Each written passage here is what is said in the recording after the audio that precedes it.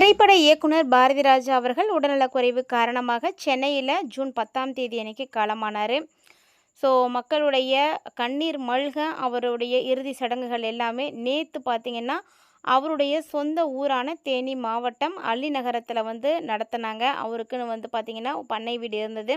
அங்கே தான் பார்த்திங்கன்னா அவருடைய உடல் கொண்டு போய் இறுதி சடங்குகள் எல்லாம் செய்யப்பட்டு ஊர்வலமாக பண்ணை தோட்டத்துக்குள்ளே பார்த்திங்கன்னா அவர் நல்லடக்கம் செய்யப்பட்டார். இதுக்காக பார்த்திங்கன்னா அங்கே நடிகர், நடிகைகள், இயக்குநர்கள், திரைப்பட கலைஞர்கள், ஊர் மக்கள், உறவினர்கள் அப்படின்னு நிறைய பேர் இந்த இறுதி சடங்கில் கலந்துக்கிட்டாங்க. அது மட்டும் இல்லாமல் இவருக்கு இறுதி சடங்குகள் பார்த்திங்கன்னா அரசு மரியாதையோடு வழங்கப்படும் அப்படின்னு தமிழக முதல்வர் ஜோசப் விஜய் அறிவித்திருந்தார். அதைத் தொடர்ந்து பார்த்திங்கன்னா 72 குண்டுகள் முழங்க பாரதிராஜாவுக்கு இறுதி சடங்குகள் எல்லாமே நடந்து முடிஞ்சது. இதுக்காக பார்த்திங்கன்னா நிறைய காவலர்கள், நிறைய பேர் பார்த்திங்கன்னா ஊர் மக்கள் எல்லாருமே அந்த ஊரில் அணிவகுத்து நின்றுருக்காங்க.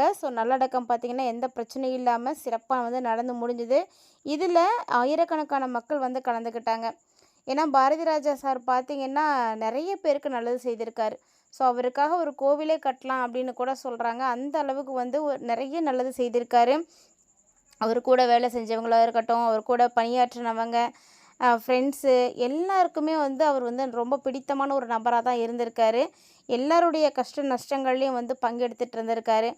கடைசி நேரத்தில் அவருக்கு மகனாக இருந்து அவருடைய மகள் ஜனனி தன்னுடைய கடைசி சடங்குகளை எல்லாத்தையும் செய்திருக்காங்க. இதெல்லாம் பார்க்குறதுக்கு ரொம்பவே நெகிழ்ச்சியாக இருந்தது. இருந்தாலுமே கூட இப்போது அவருடைய பண்ணை வீட்டில் அவருக்கு நேற்று இறுதி சடங்குகள் எல்லாம் நடந்து முடிஞ்சது இல்லையா, அடுத்த நாள் காலையில் பால் தெளிப்பானது நடக்க இருந்தது. அந்த இடத்துல தாங்க நிறைய விஷயங்களானது பகிரப்பட்டிருக்கு. அவருடைய சொந்த ஊர் அப்படின்னு சொல்லக்கூடிய கருமாந்துறையில் இருந்து நிறைய பேர் ஊர் மக்கள் வந்திருக்காங்க. அந்த பால் தெளிப்பு விழாவில் கலந்துக்கணும் அப்படிங்கிறதுக்காக அந்த ஊர்லேருந்து நிறைய விசேஷமான பொருட்களை எல்லாம் கொண்டு வந்திருக்காங்க. அதெல்லாம் என்னென்ன, ஏன் இந்த ஊர் மக்கள் அங்கேருந்து இவருக்காக வந்திருக்காங்க அப்படின்றத பற்றியெல்லாம் நம்ம தொடர்ந்து பார்க்கலாம். அது மட்டும் இல்லாமல் இந்த பால் தெளிப்பு விழாவில் இவங்களுடைய குடும்ப உறுப்பினர்கள் நிறைய பேர் பங்கெடுத்துக்கலை. அதாவது பேரனோ, பேத்தியோ, மருமகளோ இவங்களாம் யாருமே கலந்துக்கல அப்படின்ற மாதிரியான தகவல்கள் வெளியாகி இருக்குது. அது குறித்தும் இந்த பதிவில் நம்ம தெளிவாக பார்க்கலாம். பாரதிராஜா சாருடைய உடல் பார்த்திங்கன்னா பண்ணை வீட்டிலேருந்து ஊர்வலமாக எடுத்துகிட்டு வெதனாம்பட்டி காட்ரோடு பகுதியில் இருக்கக்கூடிய பண்ணை தோப்பில் தான் நல்லடக்கம் செஞ்சுருக்காங்க. தமிழக அரசு சார்பில் அமைச்சர்கள் நிர்மல்குமார், வன்னியரசு ஆகியோரெல்லாம் பாரதிராஜா உடலுக்கு இறுதி அஞ்சலி செலுத்தினாங்க. அது மட்டும் இல்லாமல் வைரமுத்து சார்லாம் கடைசி வரைக்கும் கூடவே இருந்திருக்காருங்க. பாரதிராஜா உடலுக்கு சொந்த ஊரில் தான் இறுதி சடங்கு செய்யணும் அப்படின்றது அவருடைய கடைசி ஆசை. அதனால் அந்த ஆசையை எப்படியாவது நிறைவேற்றணும் அப்படின்னு மகள் ஜனனி பார்த்திங்கன்னா போராடி அவருடைய உடலை தேனி மாவட்டத்துக்கு கொண்டு வந்துட்டாங்க.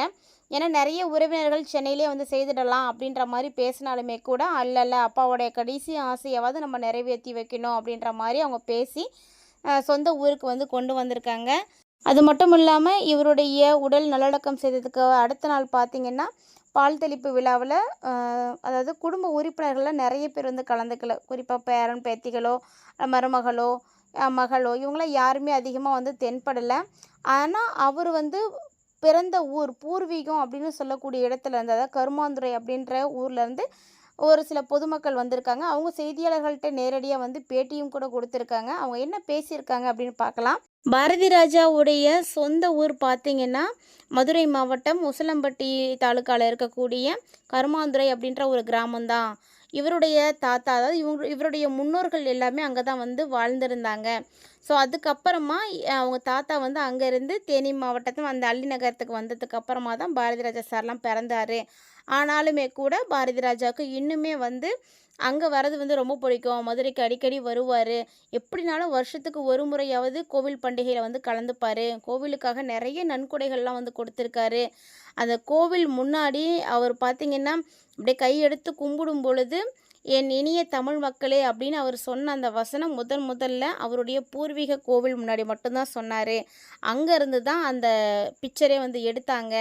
அவர் ரொம்ப நல்ல மனிதர். அவர் கூட பழகினவங்க, அவர் கூட பணியாற்றினவங்க நிறைய பேர் அவரை பற்றி நிறைய விஷயங்களை பகிர்ந்திருக்காங்க.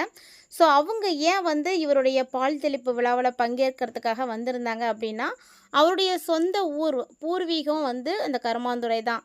அவர் லாஸ்ட்டாக கூட போயிட்டு வந்திருக்காருங்க. லாஸ்ட்டாக அவர் போயிட்டு வரும்போது கூட 5 லட்ச ரூபா வந்து அந்த ஊருக்கு நன்கொடை கொடுத்துருக்காரு.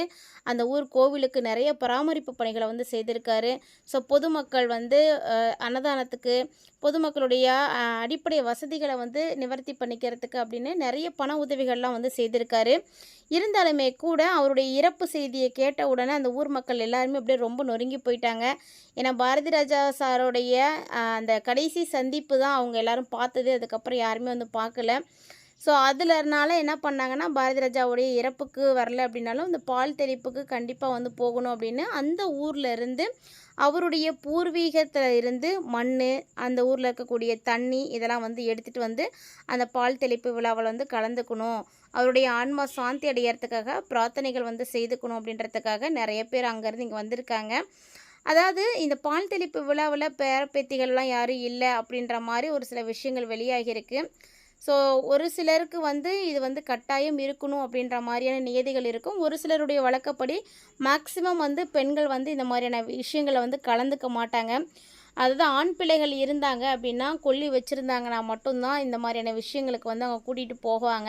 நிறைய இடங்களில் அதாவது அதிகபட்சம் பார்த்திங்கன்னா பெண்களை வந்து இந்த மாதிரியான விஷயங்களை கூட்டிகிட்டு போக மாட்டாங்க. ஸோ அதனால் கூட அவருடைய மருமகளோ, பேரப்பிள்ளைகளோ, மனைவியோ, மகளோ வராமல் இருந்திருக்கலாம். ஸோ என்ன உண்மை, அங்கே என்ன நடந்துச்சு அப்படின்னு வந்து தெரியாமல் எந்த விஷயங்களையும் வந்து பேச வேண்டாம். ஸோ ஊர் மக்கள் சொன்ன விஷயங்களை வச்சு பார்க்கும் பொழுது அவர் வந்து ஒரு நல்ல மனிதர். நிறைய பேர் அங்கே வந்து பேசியிருக்காங்க. ஸோ என்ன தான் இருந்தாலும் இந்த உறவினர்கள் வந்து நிறைய பேர் வந்து வராமல் தான் இருந்திருக்காங்க அந்த இடத்துல. ஆனால் அந்த ஊர்க்காரங்க பேசின விஷயங்கள் அதெல்லாம். ஸோ உறவினர்கள் அப்படின்றத தாண்டி அவருடைய அன்புக்கு அடிமையானவர்கள் அங்கே நிறைய பேர் வந்து கலந்துட்டுருக்காங்க. ஸோ அந்த மாதிரி ஒரு சில விஷயங்களை தான் உறவுக்காரங்க வந்து பகிர்ந்துருக்காங்க. பண்ணை வீட்டில் அவர் ஆசைப்பட்ட மாதிரி அவர் சந்தோஷமாக வந்து தூங்குறதுக்கான ஒரு இடத்த வந்து அவங்க ரெடி பண்ணி கொடுத்துருக்காங்க. ஸோ இறுதிச் சடங்குகள் எல்லாமே ரொம்பவே நல்லபடியாக வந்து முடிஞ்சிருக்கு. அது மட்டும் இல்லாமல் ஊர் மக்கள் எல்லாருக்குமே வந்து அவர் பிடித்தமான ஒரு இயக்குனர். அதாவது இயக்குனர் அப்படின்றத தாண்டி அவர் வந்து ஒரு நல்ல மனிதர், நல்ல பேர் எடுத்திருக்காருங்க அந்த ஊர்க்காரங்க எல்லாத்துக்கிட்டேயுமே. அந்த குடும்பத்துலேயும் அப்படி தான், அவர் வந்து ரொம்ப ஸ்பெஷல் தான். அவர் 2, 3 அக்கா தங்கச்சிங்களோட, அண்ணன் தம்பிங்களோட பிறந்து இருந்தாலுமே கூட அந்த உற்றார் உறவினர்கள் அப்படின்னு பார்க்கும் பொழுது அவருடைய குடும்பம் ரொம்ப பெரிய குடும்பம். இருந்தாலுமே கூட அவர் எல்லாத்துக்குமே வந்து நல்லது செஞ்சுருக்காரு.